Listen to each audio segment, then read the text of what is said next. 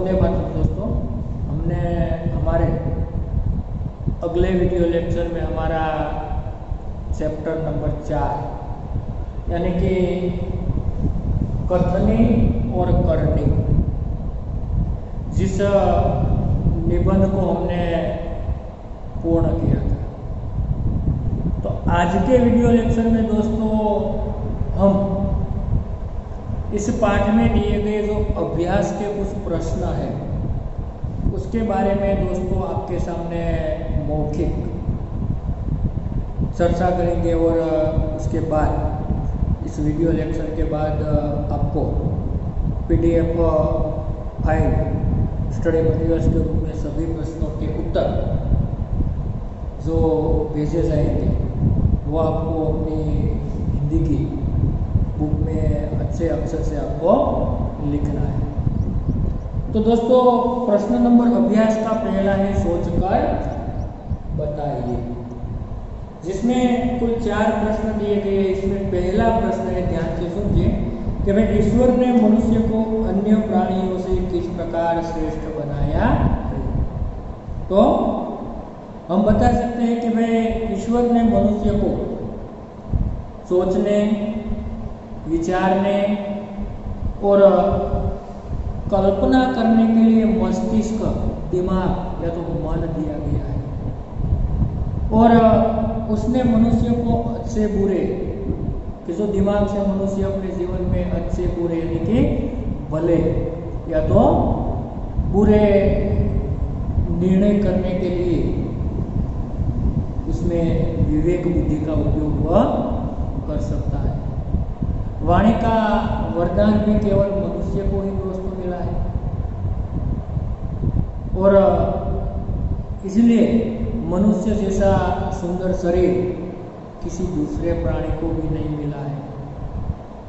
तो इस प्रकार ईश्वर ने मनुष्य को अन्य प्राणियों से श्रेष्ठ बनाया।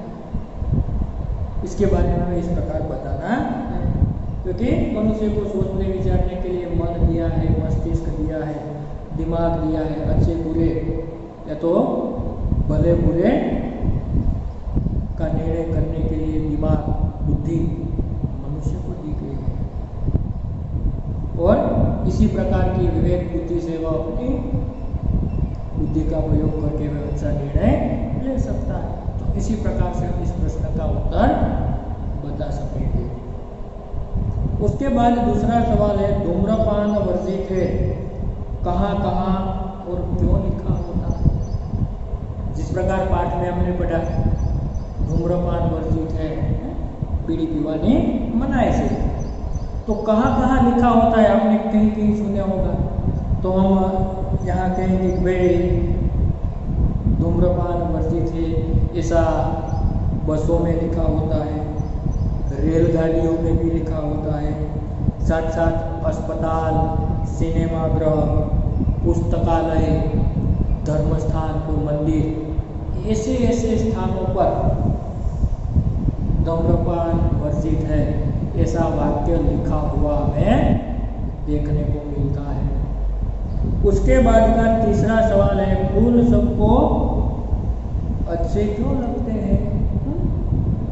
तो हम बताएंगे दोस्तों, फूल रंग बिरंगे होते हैं, उसे या तो उनमें से मनभावन सुगंध निकलती है। फूल प्राकृतिक गहनों का काम करते हैं, प्राकृतिक घरेणा काम करें मित्रों। साथ साथ फूलों के तोरणों के समान या तो तोरणों के स्थान पर फूलों की मालाओं का उपयोग किया जाता है, या तो माला के रूप में उनकी शोभा बढ़ जाती है। साथ ही फूलहार का उपयोग विशिष्ट व्यक्ति का सम्मान करने के लिए होता है, कोई महापुरुष का सम्मान करने के लिए होते हैं। तो इसी प्रकार के फूलों के इन गुणों के कारण फूल हमें या तो सबको अच्छे लगते हैं। उसके बाद चौथा सवाल है, लोग कहाँ कहाँ कतार में खड़े रहते हैं। वे लोगों क्या क्या लाइन में उभा रहे थे।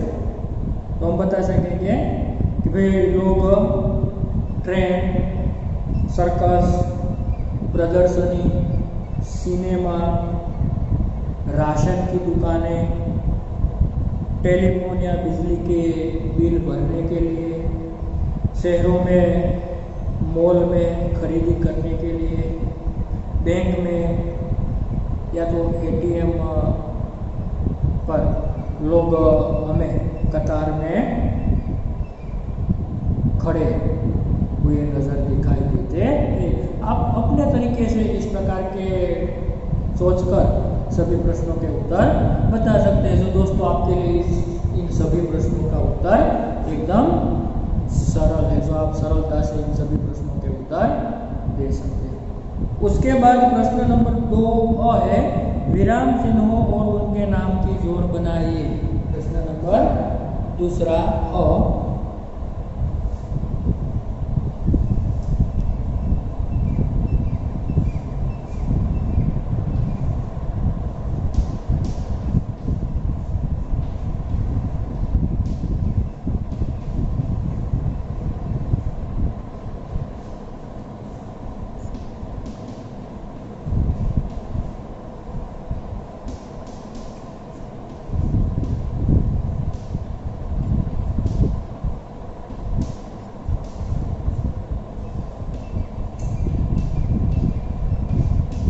વિરામ ચિહ્ન અને તેના નામને આપણે જોડ બનાવવાની છે, જેની અંદર પહેલું છે આ પ્રકારનો સંકેત છે, બીજું છે આ પ્રકારનો સંકેત છે, ત્યાર પછી 3 નંબર ઉપર આ પ્રકારનો સંકેત છે,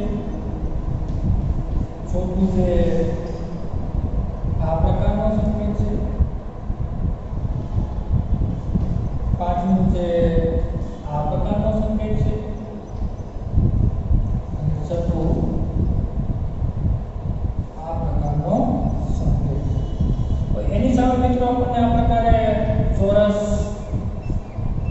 બોક્સ આપવામાં આવ્યા છે।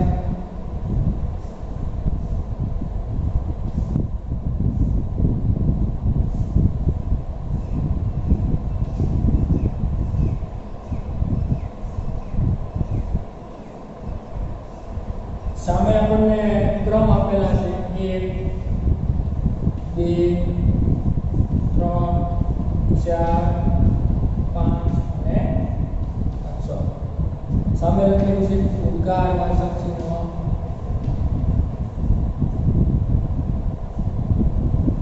ઉદ્ગાર ચિહ્ન, या तो जिसे हम विस्मय चिन्ह भी कहेंगे।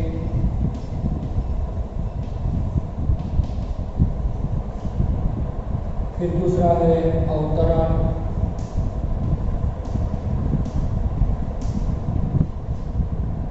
इसके बाद है योजक,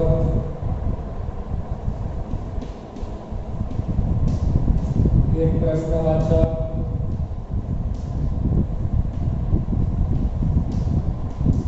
फिर पूर्ण विराम,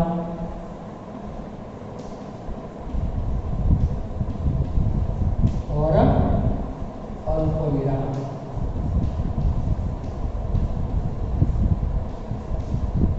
હવે ખાસ મિત્રો અહીંયા આ પ્રશ્નની અંદર આપણે અહીંયા જોવાનું એ છે કે ભાઈ विराम चिन्ह और उनके नाम की जोड़ बनाइए। तो आप लोगों कक्षा 6 में यानी कि 6ठी कक्षा में विराम चिन्हों के सभी चिन्हों के बारे में आपको अध्ययन कर लिया है, आप सभी सीख चुके हैं। इसलिए एक कौन से चिन्ह है जिसका नाम यहाँ पर दिया गया है, यहाँ पर चौरस बॉक्स दिया गया है, इसमें आपको बताकर लिखना है। देखिए यहाँ पर ये कौन सा चिन्ह आपका हमें संकेत करता है, तो एक चिन्ह है प्रश्नसूचक चिन्ह या तो प्रश्नवाचक चिन्ह, जिसका क्रम क्या है, चौथा। तो यहाँ पर हम क्या लिखेंगे, ये 4 नंबर का चिन्ह है, प्रश्नवाचक चिन्ह यहाँ पर दिया गया है। फिर आगे दूसरा ये जो चिन्ह है वह पूर्ण विराम है, क्या है, ये 5 नंबर का, सॉरी 5 नंबर का चिन्ह है यहाँ पर पूर्ण विराम। इसके बाद का जो चिन्ह है जिसे विस्मयानुमोदक या तो उद्गारवाचक चिन्ह कहते, तो ये 1 नंबर का चिन्ह यहाँ पर दिया गया है। फिर ये है चिन्ह है, यहाँ पर अल्प विराम है। क्या है? नंबर से, ये अल्प विराम का चिन्ह है। उसके बाद अवतरण चिन्ह, ये 2 नंबर का चिन्ह यहाँ पर दिया गया है, अवतरण चिन्ह। और अंतिम जो है आपको पता चलेगा योजक, जो जोड़ने का काम करता है वह योजक चिन्ह के नाम से जाना जाता है, जिसे हम इस प्रकार का संकेत यहाँ पर रखेंगे। तो इसी प्रकार आप जो कक्षा 6 में पढ़ चुके हैं और साथ साथ इस प्रकार के संकेत को आपको अगर इसी प्रकार से जो पूछा जाए तब सभी प्रकार जो एकदम सरल प्रश्नवाचक चिन्ह हो या तो पूर्ण विराम हो, उद्गार या तो विस्मयादि बोधक चिन्ह हो, अल्प विराम और साथ साथ अवतरण चिन्ह, योजक चिन्ह जिसे हम डैश भी कहते हैं, और अवतरण चिन्ह में 2 प्रकार आते हैं, सिंगल अवतरण चिन्ह और डबल अवतरण चिन्ह भी आता है। तो ये प्रश्न नंबर हमारा दूसरा था। अब इसके बाद प्रश्न नंबर 3 के बारे में बात करें तो यहाँ पर वाक्यों को पढ़कर उचित विराम चिन्ह का प्रयोग कीजिए। यहाँ पर वाक्य हमें दिया गया है, फूल तोड़ना मना है, तो इस वाक्य को पढ़कर हमें योग्य विराम चिन्हों का प्रयोग करना है। जैसे कि यहाँ पर प्रश्न नंबर 3 को सूचना दी गई है, वाक्यों को पढ़कर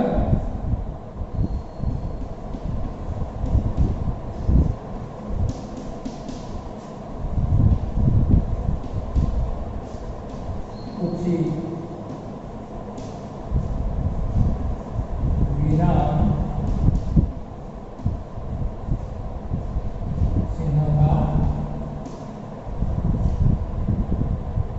प्रयोग कीजिए।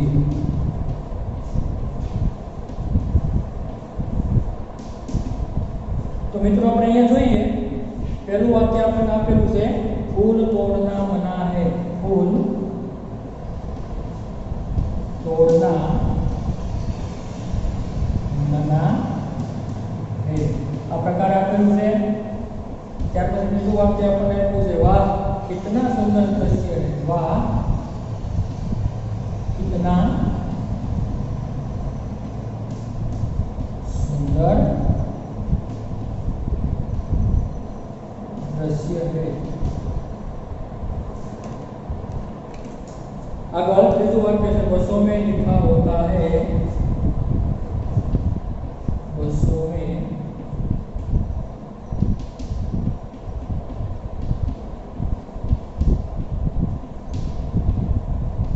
लिखा होता है, धूम्रपान वर्जित है, धूम्रपान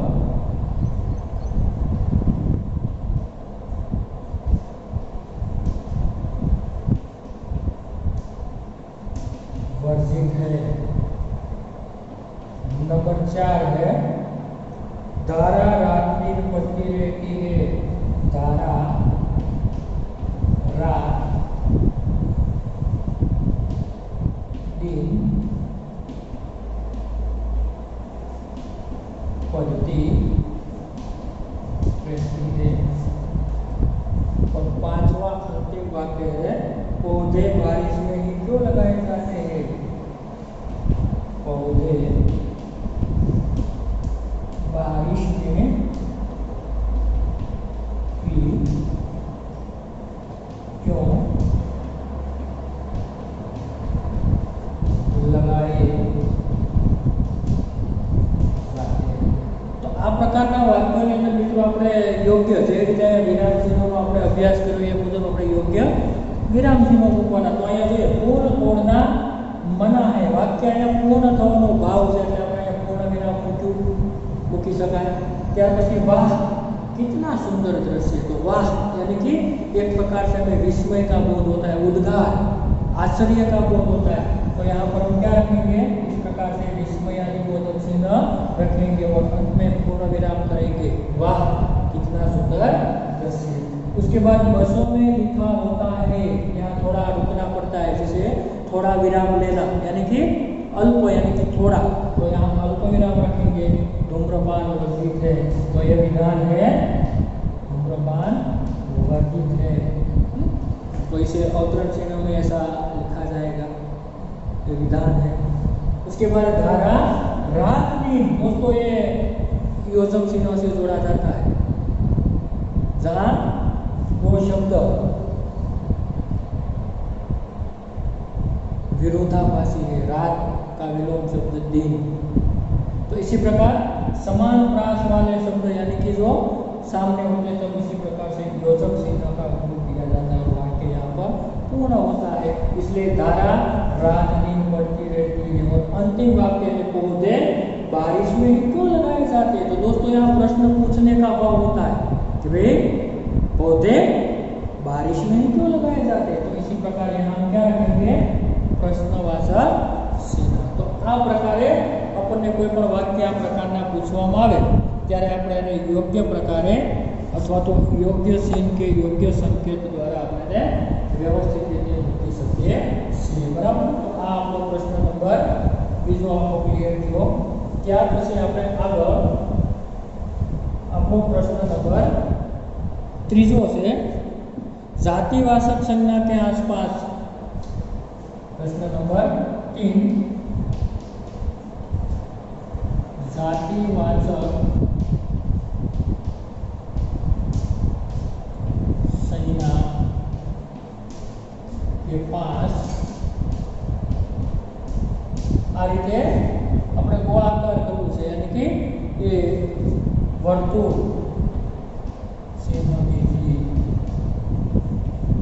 मित्रों अपने संज्ञा विषे समझी गया है। संज्ञा ने एना 5 प्रकार विषे आपणे जाणी चूक्या छे। एमां पहेलुं शब्द छे मनुष्य अन्य प्राणियों से श्रेष्ठ है। मनुष्य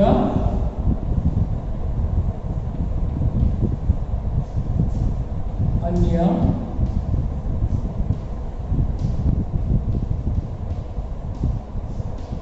प्राणियों से श्रेष्ठ है। बीजू वाक्य आपको आवेलू से शिल्पा ने 4 पौधे लगाए।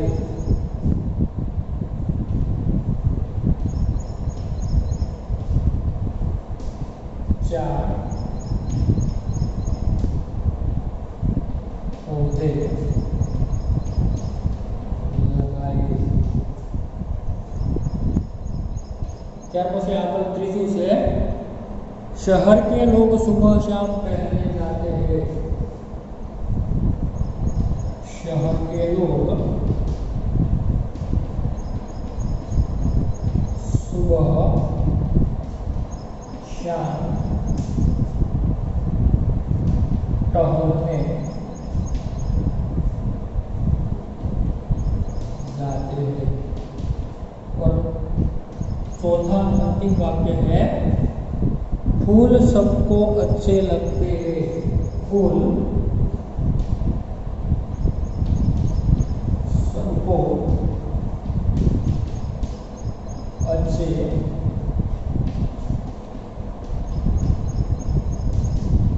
लगते हैं। तो विद्यार्थी मित्रों अपने आनी अंदर शू करवानुं छे? जे सूचना आपी एम तमारा पुस्तकमां पण पेज नंबर 24 ઉપર આ પ્રકારના વાક્યો લખેલા છે। जातिवाचक संज्ञा के पास ये वर्तुल का चिन्ह या तो गोलाकार चिन्ह आपको करना है, जिसमें कि मनुष्य अन्य प्राणियों से श्रेष्ठ। तो हमें ये बात पता होना चाहिए कि जातिवाचक संज्ञा क्या होती है, यानी कि जो संपूर्ण जाति का बोध कराने वाले शब्द को, वस्तु को, चीज को या तो व्यक्ति को हम जातिवाचक संज्ञा कहते हैं, जो हम पहले ही पढ़ चुके हैं। तो इसलिए इसमें हमें ये जातिवाचक संज्ञा ढूंढकर इस पर हमें वर्तुल का चिन्ह लगाना है, जैसे कि मनुष्य अन्य प्राणियों से श्रेष्ठ है। तो दोस्तों मनुष्य शब्द से ये कोई एक व्यक्ति माटे नहीं, परंतु समग्र मनुष्य जाति नो आपने बोध करावता है। एटला माटे अहींया मनुष्य ये जातिवाचक शब्द है। एवी ज रीते अहींया शिल्पा ने 4 पौधे लगाए। तो दोस्तों यहाँ पर पौधे, तो आपको ये पता होना चाहिए कि भाई सामान्य तौर पर पौधे सभी प्रकार के फूल के लिए या तो सभी प्रकार के छोड़ के लिए पौधे का प्रयोग होता है। यहाँ पर हमने व्यक्तिगत उल्लेख नहीं किया, गुलाब का पौधा, मोगरे का पौधा, चमेली का पौधा, ऐसा नहीं है। इसलिए सभी पौधे एक जाति का बोध कराता है। तो यहाँ पर क्या होगा, ये पौधे शब्द जातिवाचक संज्ञा बनेगा। उसके बाद शहर के लोग उसको शाम कहने लगते हैं, तो शहर का कोई नाम नहीं है, सभी शहर की जाति का यहाँ पर उल्लेख होता है। तो ये शहर शब्द क्या है, जातिवाचक संज्ञा है। और उसके बाद फूल सबको अच्छे लगते हैं, तो दोस्तों यहाँ पर फूल शब्द आएगा, क्योंकि यहाँ उल्लेख नहीं कि भाई फूल किसी भी प्रकार का होता है। फूल सभी जातियों की, फूल की सभी जातियों का यहाँ पर बोध होता है। इसलिए इस प्रस्तुत वाक्य में फूल शब्द जो है वह जातिवाचक शब्द है। तो फिर से हम दोहराते हैं, यहाँ पर मनुष्य पहले वाक्य में, दूसरे वाक्य में पौधे, तीसरे वाक्य में शहर और चौथे वाक्य में फूल। इन शब्दों जो है वह जातिवाचक संज्ञा के शब्द है या तो उदाहरण है। तो यहाँ पर दोस्तों हम ये चैप्टर नंबर 4 के अभ्यास के इन 3 प्रश्नों तक ये जो वीडियो लेक्चर है, जो हमारा चैप्टर 4 का पार्ट नंबर 3 है, यहाँ तक रखते। और उसके बाद अगले पार्ट में यानी कि वीडियो लेक्चर नंबर 4 में जो आगे के अभ्यास के कुछ प्रश्न और स्वाध्याय के जो प्रश्न बाकी है उसके बारे में हम चर्चा करेंगे। धन्यवाद।